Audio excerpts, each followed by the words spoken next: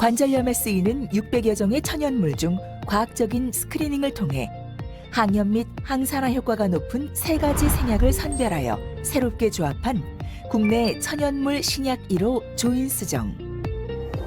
기존의 한약 처방에서 유래한 조합이 아닌 과학적인 방법을 통해 개발된 조인스정은 1997년 허가 이후 다양한 연구를 통해 효과와 안전성에 대한 과학적 근거가 마련되었습니다. 2002년 타임즈에 소개되고 여러 기술상을 수상하며 기술적으로 인정받은 국내 천연물 신약 1호 조인스정. 믿고 처방할 수 있습니다. 2002년 2월 국내 천연물 신약 1호 조인스정이 발매되었습니다. 먼저 5회 환자를 대상으로 효과와 안전성 결과를 확인한 조인스정은 2008년 RA 적응증을 추가 획득하며 천연물 신약에 대한 우려를 불식시켰습니다. 많은 분들이 선택한 조인스, 효과로 전해지는 믿음입니다.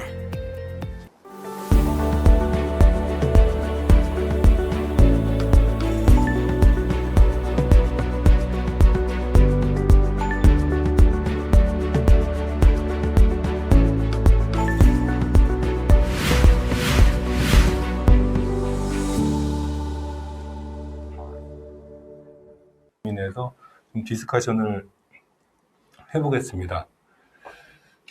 일단 용어부터 좀 정리하고 싶은데 아까 이제 이 선생님들께서 메저드 리섹션 테크닉하고 클래시컬 갭 테크닉에 대해서 말씀을 해주셨는데 그러시면서 이제 슬라이드를 보여주시면서는 조금 더 다른 것들을 보여주신 것도 있어요. 그래서 우리가 일반적으로는 갭 테크닉이라는 거는 아까 강의 때도 나왔지만은 티비아 컷 퍼스트 테크닉이라고 우리가 이제 별명이 붙어 있는 거고 아주 클래시컬하게 얘기를 하게 되면 티비아를 자른 다음에 무릎을 90도 플렉션을 해서 포스terior 피머 컷을 티비아 컷에 평행으로 자른 다음에 어느 정도 그 갭을 맞춰서 그 갭을 그대로 익스텐전으로 가지고 와서 무릎을 익스텐전 했을 때 그만큼의 디스탈 피머에 대한 리섹션을 해버리면은 이론적으로 토탈리는 끝난다. 이런 좀 심플하게 설명하는 개념인 거고 메저드 리섹션 테크닉이라는 것은 말 그대로 임플란트의 thickness를 메저를 해서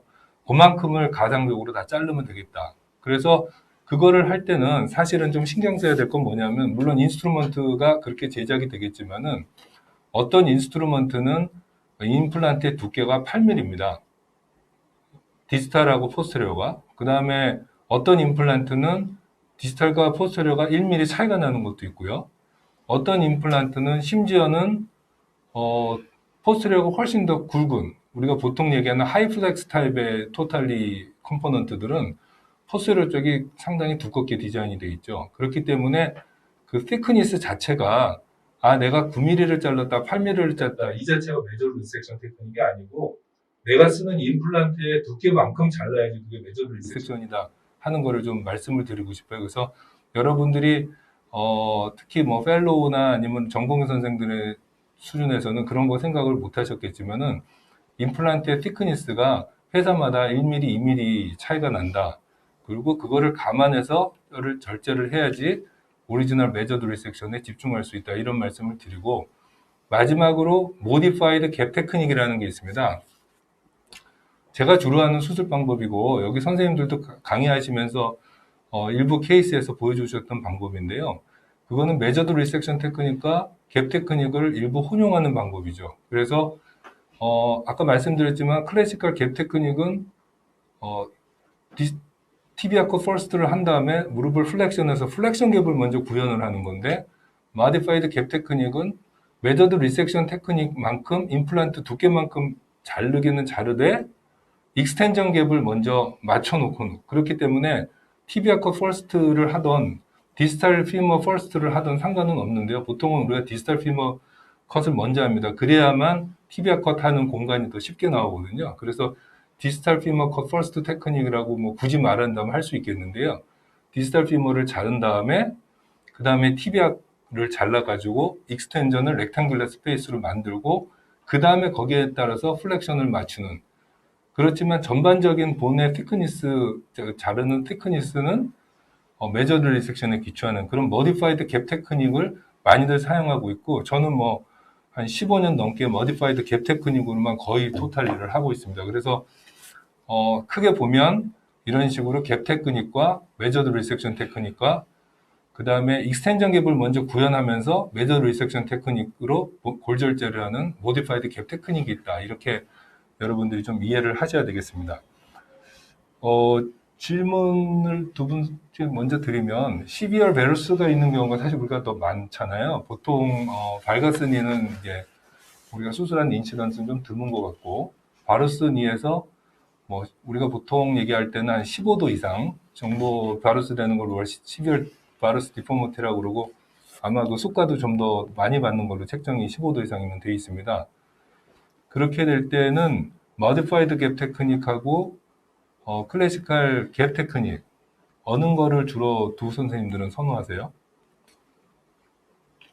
저는 아까 보여드렸지만 저도 사실 뭐 모디파이드 갭 테크닉 또는 모디파이드 메저드 리섹션, 어쨌든 두 개를 약간 하이브리드한 방법인데 기본적으로는 메저드 리섹션에 기반을 한 게, 아까 강의 때 잠깐 말씀드렸지만 픽스 디포미티가 있어가지고 프리리미너리하게 배열 맞추는 게 어렵거나 그럴 때는 그 메저드 리섹션 테크닉이 분명히 우월한 점이 있다고 생각을 하고요. 그래서 기본적으로 저는 모디파이드 메저드 리섹션 테크닉을 대부분의 경우에 사용하고, 갭 테크닉은 전에 소위 모바일 베어링 할 때는 조금을 경험했었지만 굳이 꼭 필요하지 않다는 느낌이 들어서 모디파이드 갭 테크닉 또는 모디파이드 메저드 리섹션 테크닉으로 사실 전 케이스를 다 하고 있습니다. 네. 근데 금방 거기 그 교수님께서 얘기하신 클래시컬한 갭 테크닉이라는 게 티비아 퍼스컷을 먼저 하고 플렉션 갭을 구현하고 그다음에 익스텐션 갭을 구현하는 걸 얘기하시는 거죠. 네네. 현실적으로 그렇게 지금 하시는 분이 있나요? 사실은 미국에서는 그렇게 하는 선생님들 제가 봤고요. 네.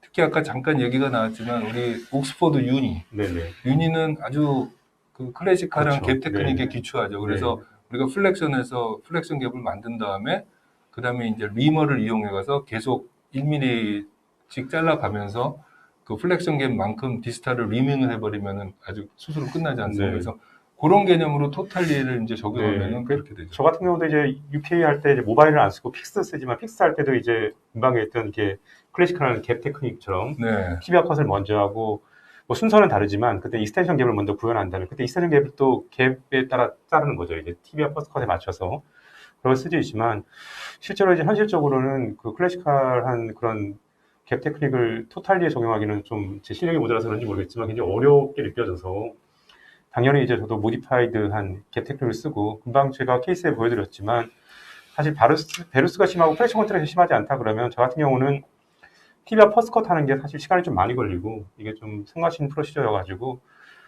좀 나름대로 방법을 해서 일단 그 베루스만 있는 경우는 피머를 먼저 다 커팅을 하고 있습니다.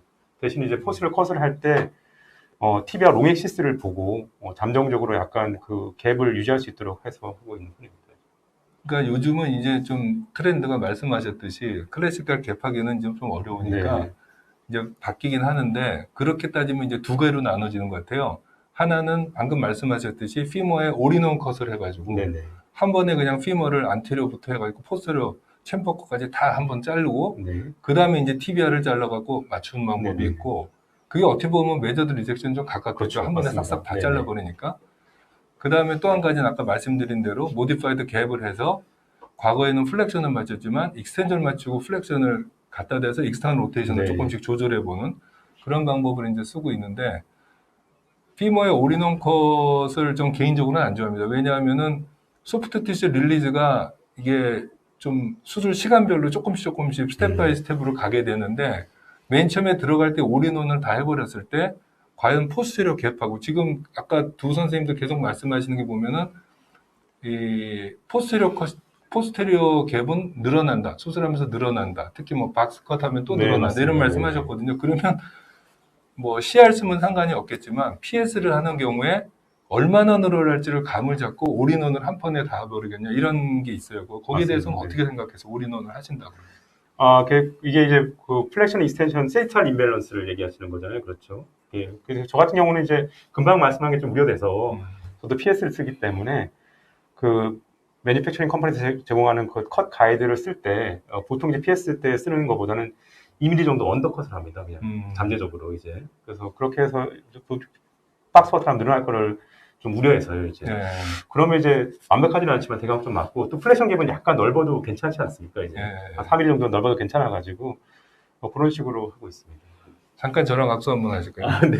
왜 그러냐면 제가 사실은 포스리어 피머를 PS 하는데 2mm 언더컷을 많이 하거든요. 그렇구나. 네. 근데 제 펠로우 선생들한테도 이렇게 하는 사람이 많지는 않은 것 같은데 난 개인적으로 그 선생님의 그 플렉션 갭이 굉장히 클 거라고 생각해 이런 얘기를 하거든요. 네. 왜냐하면 2mm를 덜 잘라도 상당히 플렉션 갭이 맞는 경우가 많아요. 네, 한 그렇죠. 80% 정도는 2mm를 언더컷을 해서 맞습니다. 그래서 저는 사실은 뭐 여기 뭐 어떤 임플란트 회사 이름을 대기는 어렵지만 그 회사 제품을 쓸 땐 더더욱 그런 걸 느껴가지고 루틴은 2mm를 언더컷을 한 다음에 그 다음에 이게 좁아버리면 그걸 더 잘라주면서 뭐 피머를 다운사이즈 한다든지 이런 식으로도 가기도 하는데 아무튼 포스리어 갭이 하면 할수록 좀 더 늘어난다는 그런 건 있어요. 근데 어떻게 생각하세요? 네, 저는 이제 예를 들어서 안테리어 레퍼런싱 가이드를 할 때 비트윈 사이즈가 너무 말씀하신 것처럼 게다가 요새는 젠더 사이즈 같은 것도 있기 때문에 네. ML을 오히려 좀 맞출 수 있는 여지가 있기 때문에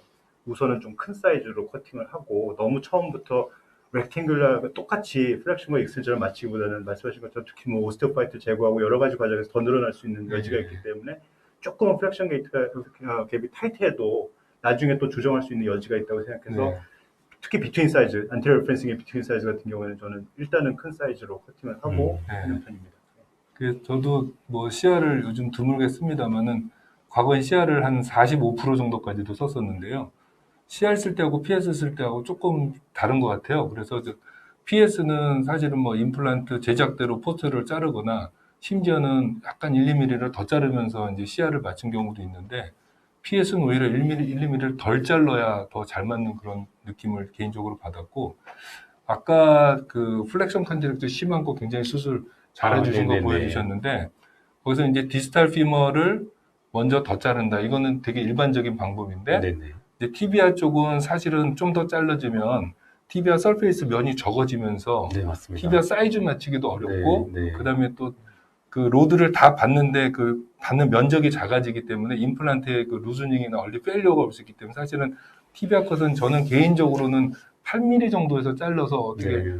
그 합의를 보려고 그러거든요. 네. 10mm까지 구제를 안 자르고 한 8, 9mm를 좀 개인적으로 선호하는데 우리나라 할머니들이 티비아들이 작아서 근데 이제 티비아를 좀 더 자른 걸 보여주셨는데 그렇게 초기에 다 잘라지면은 뼈는 잘 맞는데 이제 플렉션 컨트랙처라는 거는 많은 경우가 있어서 포스테리어 소프트 티슈가 콘트랙처가 와 있고 또는 이렇게 좀 짧아져 있는 경우 많은데 포스테리어 피머의 그 소프트 티슈를 충분히 릴리즈를 하면 사실은 3, 4mm 정도는 또 충분히 이렇게 늘어나는 경우가 있는데 그거를 하기 전에 미리 지금 자르시는 거잖아요. 네네. 그렇게 되면은 우리가 좀 더 덜 자를 수 있는 거를 좀 더 자를 수 있는 경우도 생기지 않나. 그런데 혹시 뒤쪽을 어떻게 해서든지 충분히 릴리즈를 하고 작업을 하시지는 않나요? 네, 아까 그 동영상에서 좀 이렇게 시간 축약하고 빨리 돌리다 보니까 네. 좀 생략이 됐는데 티비아 컷을 이제 한 다음에 그 10mm짜리 갭블락을 넣었는데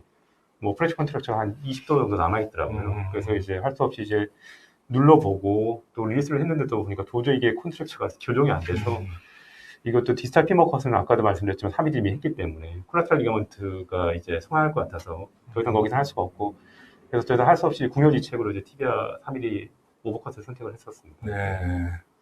겨우 그래서 10mm 그 인서트를 겨우 집어넣었으니까 그 남자 같은 경우는 그렇게 했고요.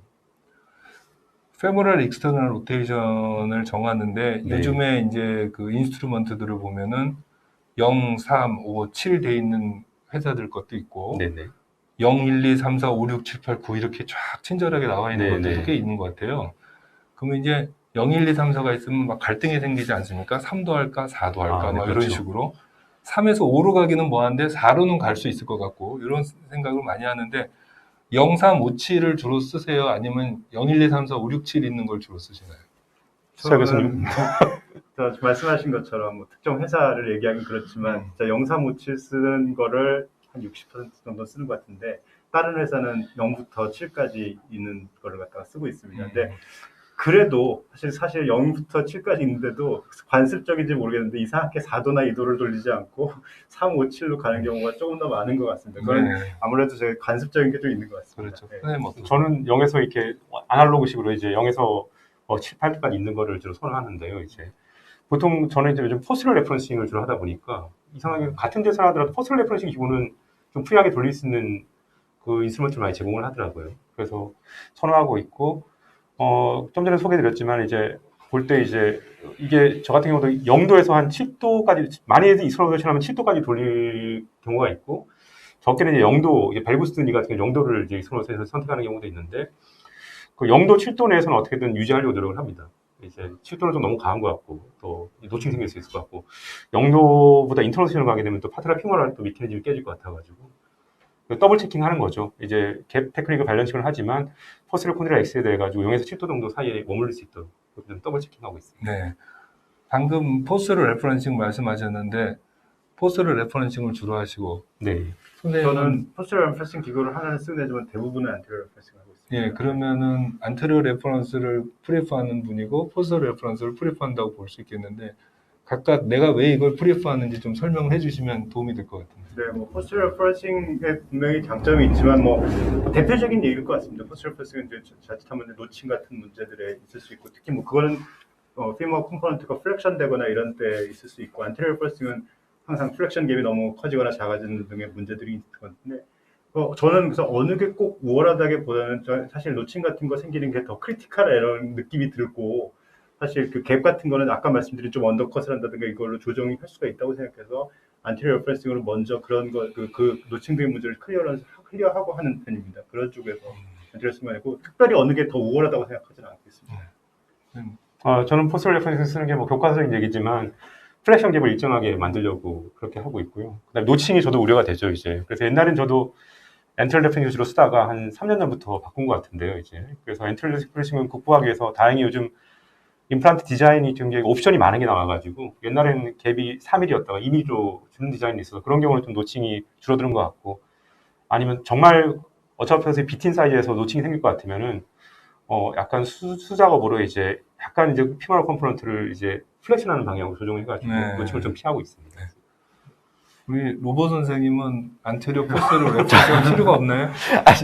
제가 뭐 로봇을 많이 한 건 아니고요. 네. 지금도 뭐 쓰고 있지는 않게. 저도 이제 안테리어 레퍼런싱 주로 하고요. 말씀하신 대로 포스테리어 이제 장점이 있는데 노칭에 대한 부분 걱정이 있고 그래서 이제 저도 안테리어 레퍼런싱 하고 있습니다. 그래도 여쭤봤으니까 저도 대답하면 저는 이제 포스터 레퍼런스를 쓰고 있는데 뭐 포스터의 장점이 있기 때문에 당연히 쓰는데 인 비트윈에서 저는 이게 이제 부품마다 다르지만 보통 쓰는 거가 한 3mm 정도 차이가 납니다. 다운이랑 업 사이즈가 되면. 그럼 이제 포스를 기준으로 하면 안테리오가 3mm가 다운이 되거나 뜨거나 둘 중에 하나가 되기 때문에 그래서 저는 이제 하나 아슬아슬하면 하나 큰 사이즈로 잘라보고 맞습니다. 자른 거에서 네. 내가 3mm 정도 갔을 때 네. 1mm 정도의 노칭 생기겠다. 그러면 저는 다운 사이즈로 가거든요. 왜냐하면 다운 사이즈의 장점이 아까도 말씀하셨듯이 우리나라 피머들이 좀 작기 때문에 그 아무래도 젠더 타입에 지금 니들이 와서 그게 많이 이제 네로 버전 때문에 해결은 됐지만은 사실은 미들 라테럴 오버핸들이 자꾸 생길 수가 있어서 다운 사이즈가 좀 죽은데 이게 두 번째 장점이 개인적으로는 일본의 논문들도 나왔지만은 안테리어 쪽이 완전히 뼈가 붓고 최대한 안테리어 쪽에 그 행이 좀 적으면 플렉션이 훨씬 잘 된다 이런 논문도 있거든요. 임플란트의 스테빌리티도 제가 볼 때는 안테리어 면도 좀 이렇게 딱 붙어줘야지 이게 약간 안테리어 쪽을 여유 있게 하면은 임플란트 안테리어 플랜지가 뼈를 딱 커버를 못하는 경우도 좀 있거든요. 그래서 그런 것들보다는 차라리 1mm 노칭 정도는 하고 사실 1에서 1.5mm 노칭 올 때는 뼈를 이렇게 깎다가 맨 마지막에 콜텍스 노칭 올 때에서 살짝 이렇게 다듬어서 위로 깎아주면은 부드럽게 그 면을 할 수 있어서 노칭에 대한 거는 그렇게 이론적인 것보다 실제는 좀 어렵지 않다 이런 생각을 하고요. 노칭 얘기가 나와서 그런데 네네. 혹시 로봇 서지를 하게 되면 노칭을 좀 줄일 수 있다는 그런 게 좀 느낌이 있어요. 좀 이렇게 실제 써보시니까. 네, 뭐 제가 써보기에는 물론 이제 가능성이 없진 않겠지만 비교적 이제 플랜한 대로는 굉장히 정확하게 들어가는 느낌은 있는 것 같습니다. 그 내비게이션은 오히려 노칭이 생길 수 있죠. 그런 네네. 적이 또 그거 이제 세지탈 뷰에서 이제 그거를 롱, 너무 예, 그게 이제 센터로 익스텐션 하니까. 되기 때문에 그런데 요거 같은 경우에는 이제 미리 조정을 하고서는 저희가 노칭을 어떻게 할지를 계획을 세우는데 대부분은 그 레지스트레이션만 제대로 하면은 계획에 맞게 되는 것 같긴 합니다.